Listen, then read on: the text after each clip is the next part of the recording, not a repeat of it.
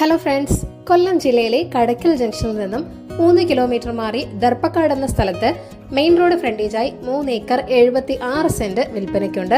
Kadakkal Kulathupuzha main road frontage ആയിട്ടാണ് ഈ plot വരുന്നത്. MC റോഡ് നിലമേൽ ജംഗ്ഷനിൽ നിന്നും 8 കിലോമീറ്റർ മാറിയാണ് ഈ പ്ലോട്ട്.